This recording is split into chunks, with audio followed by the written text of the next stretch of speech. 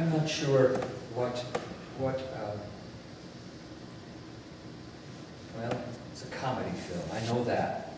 It's a comedy movie, and it's about an aging mobster. It's played by Al Pacino, who, is trying to work some old habits, like, muscling people around just a bit, but he has to deal with his grandkids all the time, because he's a grandpa. And there's a line from that movie that has become part of my vocabulary. I've used it with my kids for years and years and years and years. Whenever they showed up and said, "Dad, can you do this and this?" on something that I knew bloody well they could do for themselves and probably should be doing for themselves. So my line from that movie, which is kind of a rip-off line from The Godfather, is, "But if I do you this favor now, then I might ask a favor of you in the future. And I expect that you do me service then, even if what I might ask might sound to you unpleasant." And I say it that way too. And it just has this magical effect on my kids when they were 10 years old or so. Now when I ask a favor of my youngest daughter, like, would you please take that bag of stinky trash out? What if I do you this favor now? Comes very quickly, which is kind of a sign that there is a cultural divide between that movie, Al Pacino, The Godfather, the centurion, and Jesus, and us. I mean, let's be honest here. Most of this time, when we're sick, when you're sick, what do you do? Complain. Okay, after you're done complaining. Jeez. Go to the doctor. You go to the doctor, and at the doctor, you show them a card of some sort, a little bit of plastic, and they go, "Okay, you're cool," and they do according to whatever it is meant. If you don't have that kind of plastic, then maybe you have to have a little bit of cash or whatever. But somehow we're all built on the idea that everything that's done with us, for us, and around us is done for money. So we're not built around this culture where everything's built on relationship, on honor, and all these good things.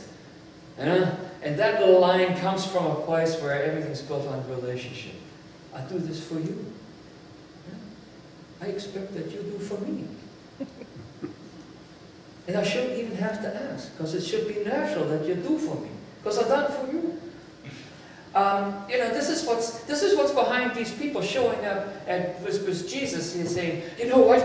I mean, he built us a synagogue. Can you get any better than that? He built us a synagogue." I'm sure he's got to be all right, don't you think? You can do him a favor, couldn't you, on our behalf?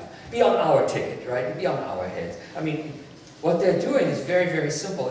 This centurion has become their patron in a lot of ways. And, they speak glowingly of him. He's done for them, magnificently, expensively.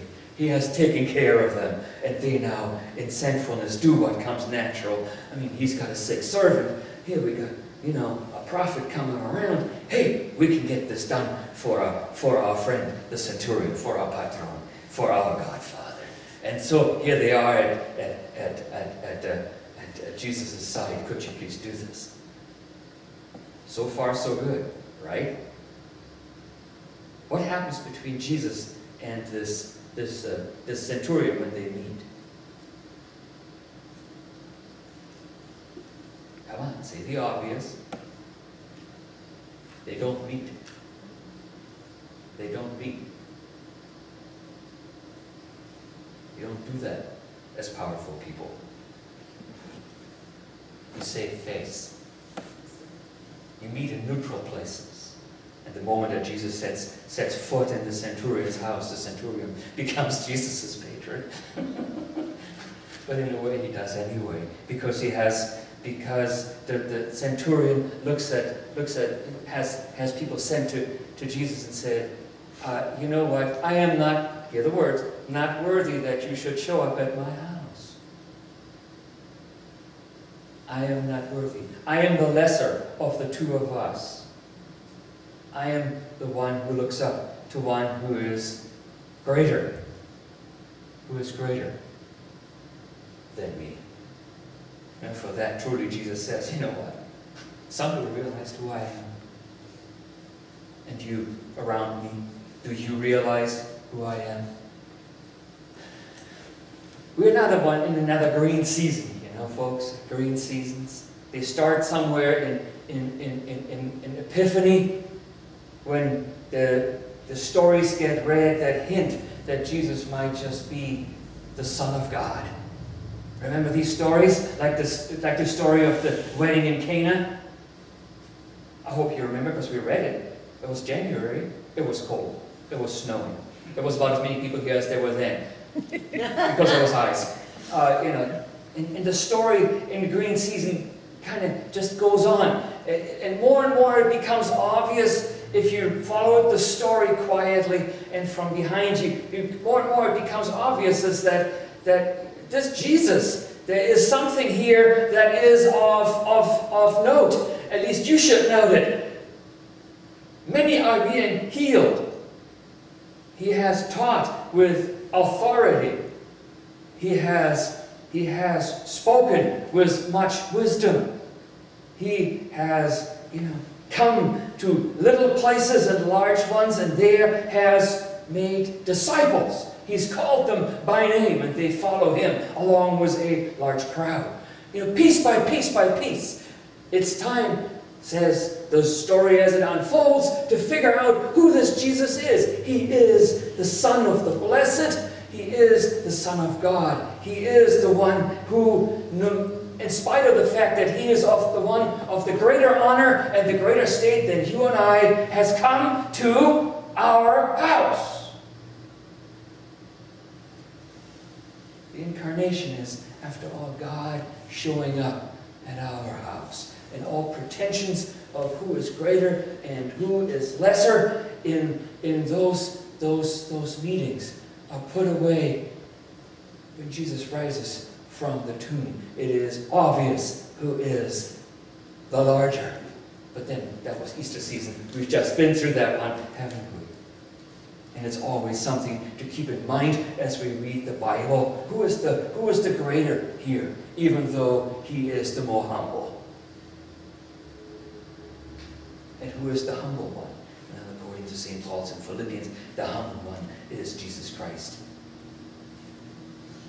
Did you realize that humility does not mean you think less of yourself? No, it means that you think less of yourself.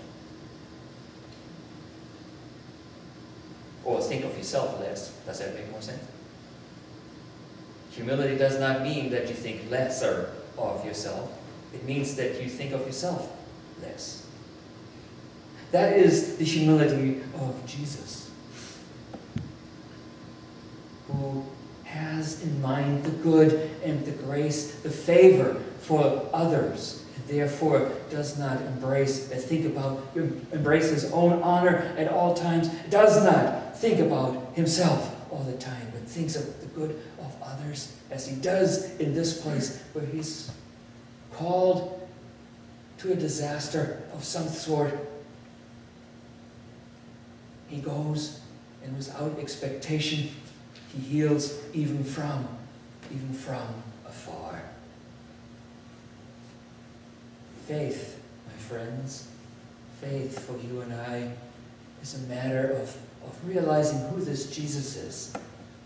He's the Son of God. And if he's that, and if truly we've come to understand that, what's the natural thing to do next?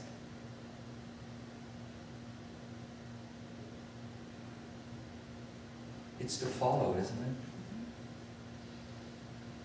It's kind of the logical thing. Once you understand that this Jesus and his promises, that this Holy Spirit who's coming, we celebrated a couple of weeks ago, that this is God present. This is God walking ahead. The logical thing is to follow. To do any less is, and it's not even good foolishness, it's even bad foolishness. Maybe it's a refusal to recognize who Jesus is. So yes, this strange little story somewhere in in Galilee. He was a soldier who knows what honor is, who knows what orders are, who knows what following orders is. He just, in a few sentences, has basically figured out, I know who this is. And I'm lesser than he. And I shall defer to him in all things. Ask yourself this. In your life, in your daily talk, you speak well of Jesus? And we all kind of hope we do, but there was this one time when in exasperation I just shouted Jesus' name at some point. Oh! In your daily living, do you give honor? Does your life give honor to Jesus? To the Lord that you hope to be following?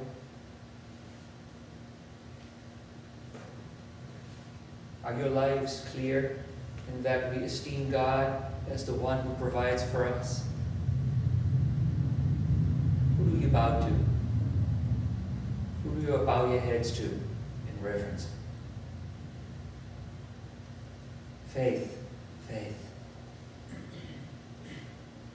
When it's allowed to live, and allowed to live fully, bows to no other than Jesus, speaks well of him at all times, directs the life and the living towards the honor of him, for he is God. He provides and he saves. He brings back to life, and he does it freely.